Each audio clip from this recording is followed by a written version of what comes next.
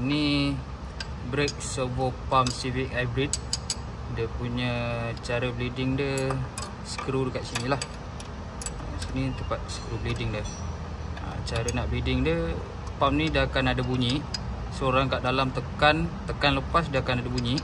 Tekan. Tekan dia akan bunyi dalam 10 second. Sini buka dalam 1 ke 2 second sahaja. Tekan.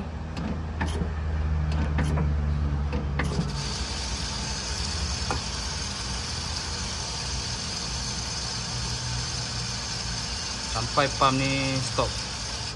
Dalam masa 1 ke 10 second pump ni jalan, masa tu buka sekali skru bleeding servo pump ni. Tekan.